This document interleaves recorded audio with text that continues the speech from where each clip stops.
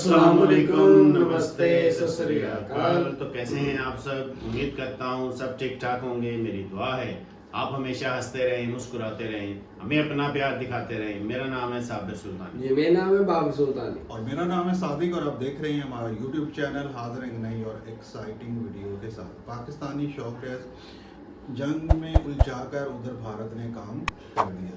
क्या है वीडियो, आइए मिलकर देखते हैं। वीडियो अच्छा लगे लाइक एंड सब्सक्राइब कीजिएगा। तो चलिए फिर शुरू करते हैं। नाजरीन, मैं बात करूंगी हमारे हमसाये मुल्क भारत के हवाले से। सबसे पहले बड़ी खबर, भारत और न्यूजीलैंड के बीच एक ऐतिहासिक फ्री ट्रेड में एग्रीमेंट साइन हुआ है। तमाम तर कोशिशों के बावजूद बरामदात में इजाफा नहीं हो पा रहा है। न्यूजीलैंड के साथ भारत फ्री ट्रेड जो शुरू किया है, एग्रीमेंट किया है, उसको आप कैसे देखते हैं? सबसे बड़ी घोषणा ये है कि न्यूजीलैंड ने भारत में 20 अरब डॉलर का निवेश करने का वादा किया है। और उसके बावजूद चूंकि उनके इकोनॉमिक इंडिकेटर जो हैं वो साउंड हैं, वो फिजिबल हैं, सही पॉलिसीज उस मुल्क के अंदर हैं। पहली साल की माली साल की जो पहली शशमाई है, बरामदात में 8.5% की कमी हुई है। एक और बड़ा कदम जो है वो इंडिया की तरफ से उठाया गया है कि न्यूजीलैंड के साथ फ्री ट्रेड एग्रीमेंट साइन हो चुका है। आप बगैर IMF की मदद से आप अपना बजट को नहीं अरेंज कर सकते हैं। मल्टी नेशनल कंपनीज मुल्क छोड़कर जा रही हैं, मुल्क के अंदर भी कारखाने बंद हो रहे हैं। जो दुनिया के ममालिक भूख और ग़िज़ाई किल्लत का शिकार हैं, पाकिस्तान उनमें आप देख लें कि टॉप 10 में आता है। हमें मीर जाफर ने कहा था शुक्र करो तुम शाम नहीं बन गए, आज हम शाम से बदतर हैं ग़िज़ाई किल्लत के मामले में भी। इसके साथ ही भारत के लिए न्यूजीलैंड का बाजार पूरी तरह से खुल गया है। तो ये फ्री ट्रेड एग्रीमेंट न्यूजीलैंड को शायद उतना फायदा नहीं पहुंचाएगा जितना इंडिया को पहुंचाने वाला है। और पाकिस्तान में कई बार हमारे जो मिनिस्टर्स वगैरह हैं वो कहते हैं कि जी MOU साइन हो गए और फलानी कंट्री ने कह दिया है, सऊदीया से 30 अरब आ गए, उन्होंने बात कर ली आके, लेकिन काम होता हुआ दिखाई क्यों नहीं देता? और भारत जो कर रहा है इस वक्त फ्री ट्रेड जो किया गया है न्यूजीलैंड के साथ। जय हिंद दोस्तों, very warm welcome to Hindustan special channel.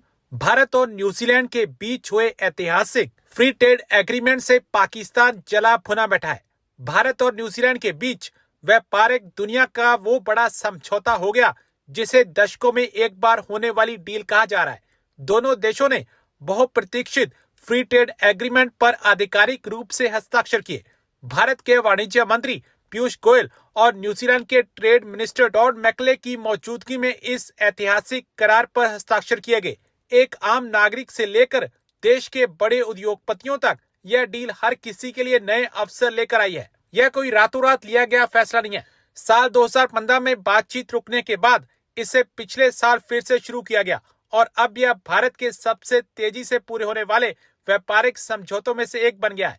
केंद्रीय मंत्री पीयूष गोयल ने कहा कि यह डील भारत और न्यूजीलैंड दोनों देशों के लिए बड़ा मौका लेकर आएगी। उन्होंने इसे दोनों देशों के बीच नया अध्याय बताया। न्यूजीलैंड के साथ भारत फ्री ट्रेड जो शुरू किया है, एग्रीमेंट किया है, उसको आप कैसे देखते हैं? और पाकिस्तान में कई बार हमारे जो मिनिस्टर्स वगैरह हैं वो कहते हैं कि जी MOU साइन हो गए और फलानी कंट्री ने कह दिया है, सऊदीया से 30 अरब आ गए, उन्होंने बात कर ली आके, लेकिन काम होता हुआ दिखाई क्यों नहीं देता? और भारत जो कर रहा है इस वक्त फ्री ट्रेड जो किया गया है न्यूजीलैंड के साथ, उसको आप कैसे देखते हैं? जी thank you very much and good evening to everyone. जहाँ तक बात है फ्री ट्रेड एग्रीमेंट्स की, तो ये तकरीबन 23 से ज़्यादा कंट्रीज के साथ इंडिया कुछ कर चुका है और कुछ करने जा रहा है। फ्री ट्रेड एग्रीमेंट्स उन्होंने किया हुआ है। इसके अलावा UAE के साथ फ्री ट्रेड एग्रीमेंट हो चुका है, फ्रांस के साथ होने जा रहा है, जर्मनी, स्पेन, इटली, एक बड़ी लिस्ट है और एक मतलब बड़ी स्टोरीज इस पे हुई है। ब्लूमबर्ग ने इसके ऊपर स्टोरी की है, रॉयटर्स ने इसके ऊपर स्टोरी की है, BBC वर्ल्ड ने इसको कवर किया है और वो कह रहे हैं कि इस वक्त एक बड़ी तेज रफ्तार किस्म की जो सफारतकारी है या डिप्लोमेसी है, इंडिया उसकी तरफ जा रहा है। और उसकी वजह भी उन्होंने बताई है कि जो अमेरिका के साथ मामलात रहे हैं, स्पेशली जो टैरिफ के इश्यूज है, अभी तक सॉर्ट आउट नहीं हुए। बातचीत तो हो रही, ट्रेड एंड कॉमर्स मिनिस्टर का भी मैं स्टेटमेंट पढ़ रहा था, तो कह रहे हैं कि मतलब हमारी बातचीत जारी है, लेकिन जब तक हो नहीं जाता तो उस वक्त तक आप यकीन नहीं कर सकते। एक और पॉइंट है इसमें के अंदर कि जी उसके ऊपर यकीन भी नहीं उस तरीके से इंडिया करने जा रहा कि कल को कुछ और हो जाए। इस वजह से उन्होंने اپنی جو پہلے بھی یقیناً GCC کنٹریز کے ساتھ تعلقات بھی تھے, کاروبار بھی تھا, لیکن اب اس کو مزید وہ بڑھا رہے ہیں. اور میرے خیال سے گڈ سائن, کیونکہ اس وقت انڈیا کو یہ نہیں ہے کہ امریکہ کا اگر الٹرنیٹ ڈھونڈنا ہے تو وہ مطلب باقی امریکہ کو چھوڑ کر باقی سب کے ساتھ آگے بڑھے, لیکن اس وقت کیونکہ جو پریشر انہوں نے بلڈ اپ کرنے کی کوشش کی ہے US نے, اور خاص طور پہ پریزیڈنٹ ٹرمپ نے, اس کو اس طریقے سے کم کیا جا سکتا ہے. اور بلکہ اس میں جو مختلف ایکسپرٹس ہیں اکانومیز کے, جو ورلڈ اکانومیز کو دیکھتے ہیں, یہ نیوزی لینڈ کے ساتھ یا باقی کنٹریز کے ساتھ, شاید آسٹریلیا بھی ہے, تو میرے خیال میں اگر یہ چیز جیسے گریجولی یہ چل رہی ہے تو میرے خیال میں ایک تو یہ ہوگا کہ جو پریشر آیا ہے انڈین اکانومی کے اوپر امریکہ کی وجہ سے, تو اس میں بڑی مطلب ایک میں کہوں گا کہ وہ ایک ایز فیل کرے گی انڈین اکانومی, ریلیکس کرے گی, اور مطلب بہتری کی گنجائش تو خیر بہرحال بہت زیادہ ہے, ہر جگہ پہ ہوتی ہے, وہ نظر آئے گی. لیکن مجھے لگ رہا ہے کہ جو پرائم منسٹر مودی صاحب ہیں انہوں نے یہ ڈیسائیڈ کیا ہوا ہے کہ جی امریکہ کے ساتھ لازمی سی بات ہے, میں نے کہا نا کہ مذاکرات اگر چل رہے ہیں تو کہیں نہ کسی پوائنٹ پہ پہنچیں گے وہ, لیکن شاید وہ ٹرسٹ نہیں کر رہے جو آج سے 2-3 سال پہلے تک وہ کیا کرتے تھے امریکہ کے ساتھ. ان کے جو تعلقات تھے بہرحال ختم نہ ہوتے ہیں نہ ہوں گے, لیکن شاید وہ جو ٹرسٹ کا لیول تھا وہ اس طرح کا نہیں, اور مائٹ بھی پاسبل ان فیوچر بھی اس طریقے سے نہ رہے جس طرح ہم نے دیکھا آج سے کچھ سال پہلے, 2 سال یا 1.5 سال پہلے تک بہت ایک ہائی لیول تھا دونوں کنٹریز کے درمیان. تو میرے خیال سے good sign for the Indian economy, کس طرح کے جو ایگریمنٹس کر رہے ہیں, اس سے ایک تو مطلب امریکہ کے اوپر بھی بہرحال پریشر آئے گا, کیونکہ اتنی ساری کنٹریز کی بھی آخر اکانومی, ورلڈ اکانومی میں ان سب کا بڑا رول ہے. GCC کنٹریز کا بہت بڑا رول ہے, نیوزی لینڈ کا رول ہے, آپ کے یورپی یونین کے ساتھ یعنی 27 کنٹریز اس کی ہیں, ان کے ساتھ بھی فری ٹریڈ ایگریمنٹ کرنے جا رہے ہیں, اور میرے خیال ہو جائے گا کوئی, اس میں مجھے نہیں لگتا کہ اس کے اندر کوئی بہت بڑی ہرڈلز آ سکتی ہیں. تو لازمی سی بات ہے کہ امریکہ کا وہ پریشر اسی طریقے سے وہ ختم کر سکتے ہیں, اور میرے خیال میں ایک خاموشی کے ساتھ ان کے لیے ایک اور بڑا قدم جو ہے وہ انڈیا کی طرف سے اٹھایا گیا ہے کہ نیوزی لینڈ کے ساتھ فری ٹریڈ ایگریمنٹ سائن ہو چکا ہے. اگر دیکھا جائے تو اگر نیوزی لینڈ اور انڈیا کی بات کی جاتی ہے تو یہ free trade agreement New Zealand کو شاید اتنا فائدہ نہیں پہنچائے گا جتنا انڈیا کو پہنچانے والا ہے, کیونکہ الٹیمیٹلی امیگریشن میں, بزنس ڈیولپمنٹ میں اور ٹریڈ کے اندر انڈیا کو بہت فائدہ ہونے والا ہے. With New Zealand FTA sign کر لیا گیا, یعنی کہ فری ٹریڈ ایگریمنٹ. اور جہاں تک کرٹیکس کی بات کی جا رہی ہے تو وہ یہی کہہ رہے ہیں کہ بھائی یہ فری ٹریڈ ایگریمنٹ جو ہے وہ فیور کر رہا ہے انڈیا کو کہیں نہ کہیں نیوزی لینڈ کی نسبتاً زیادہ. یہ چیز جو ہے وہ کئی جگہوں پر اور انٹرنیشنل میڈیاز پر کور بھی کی جا رہی ہے, اور آج ہم پبلک کا اوپینین لیں گے کہ آخر جو ہے پبلک اس چیز کو کس طرح سے انٹرپریٹ کر رہی ہے. جس طرح انڈیا پروگریس کر رہا ہے اور ایک ہی مہینے میں رشیا کے ساتھ, عمان کے ساتھ اور پھر نیوزی لینڈ کے ساتھ جا کے فری ٹریڈ جیسے معاہدے اپنے کامیابی سے جو ہے وہ کر کے آ جانا, اس کا مطلب کہ انڈیا جو ہے وہ بہت تیزی سے جو ہے وہ ترقی کی طرف جانا چاہ رہا ہے. پہلے بھی بہت تیز ہوا تھا, فاسٹسٹ گروتھ اکانومی جو ہے وہ انڈیا کی ہے, تو اب مزید اس جو ہے وہ ترقی کو اور تیز ترین کرنا چاہ رہا ہے. اور جس طرح کے یہ معاہدے کر رہے ہیں تو آف کورس نو ڈاؤٹ کہ انڈیا کو ہی جو ہے وہ بینیفٹ ہے. نیوزی لینڈ کو ٹھیک ہے ہوگا کہیں نہ کہیں تھوڑا بہت, لیکن انڈیا کو کہیں نہ کہیں زیادہ بینیفٹس ہیں کہ وہ اپنا امپورٹ کریں گے, ایکسپورٹ کریں گے. جی ویورز, ویڈیو میں دیکھا ویڈیو تھا کہ بھارت نے نیوزی لینڈ کے ساتھ فری ٹریڈ ایگریمنٹ کیا ہے, اور کم و بیش نیوزی لینڈ جو $20 ارب کی انویسٹمنٹ لائے گا کہاں پہ, بھارت میں. اور یہاں پہ ہم صرف باتوں تک ہی محدود رہتے ہیں کہ سعودی عرب یہ کر دے گا, اتنی انویسٹمنٹ لائے گا, فلانا یہ کر دے گا, اور وہ حقیقت میں کوئی انویسٹمنٹ آتی ابھی تک ہمیں تو نظر کوئی آئی نہیں, سوائے ہمیں اس چیز کے کہ ہمیں اپنا بجٹ بھی, وہ صحیح کہہ رہے حلالی صاحب کہ IMF کی مدد کے بغیر ہم اپنا بجٹ بھی مینج کر نہیں سکتے, تو پھر ڈکٹیٹ بھی تو ہمیں IMF ہی کرے گا. تو چیزیں یہی ہے کہ اس جنگ کا کسی کو فائدہ ہو نہ ہو, لوگوں نے اپنے کام کاروبار, وہ کیا کہتے ہیں نا کہ سب سے پہلے اپنے کام اور کاروبار کو رکھنا چاہیے, پیٹ کی آگ سب سے پہلے بجھانی چاہیے, اور پھر باقی معاملات کو دیکھنا چاہیے. ہم باقی معاملات پہلے دیکھتے ہیں اور اپنی معیشت پہ کسی قسم کی بھی کوئی توجہ نہیں ہے. ہماری ایکسپورٹ بالکل ڈیڈ ہوئی پڑی ہیں. وجہ کیا ہے جی, وہ आबराए हुर्मुज़ बंद हो गया है, फलाना हो गया, ढींगा हो गया, तो काम बिल्कुल ठप। तो लोग क्या कह रहे हैं, जो स्पोर्ट्स यूनिट्स है पहले ही थोड़े से रह गए थे, वो भी बंद होने के डगार पर पहुंचे हुए हैं। तो चीजें यही है कि आसिम मुनीर साहब जितने अच्छे सिपा सलार हैं, उसके साथ इकोनॉमी एक्सपर्ट भी उनको बनना पड़ेगा, नहीं तो ये दोनों चीजें नहीं चल सकती। ठीक है, आप करवाएं सुलह जितनी मर्जी, लेकिन इनकी मुईशत की जो पहिए हैं उनको भी किसी न किसी तरह से चलाना पड़ेगा। आम आदमी की जो रोजी रोटी है उसकी फिक्र करनी पड़ेगी। ये कब तक IMF का चक्कर चलता रहेगा और कब तक हम इन खोखली वादों और बातों के साथ जिंदगी गुजार पाएंगे। लोड शेडिंग दोबारा से स्टार्ट हो चुकी है, बहाने फिर हुई है कि जंग लगी हुई है, हर तरह से पाकिस्तान पे मुसीबतें बढ़ी हुई हैं, बहाने फिर हुई हैं, जंग लगी हुई है। भारत के वहां पे फ्री ट्रेड एग्रीमेंट हो गया, पूरी दुनिया में पेट्रोल बढ़ जाता है, भारत में नहीं बढ़ता।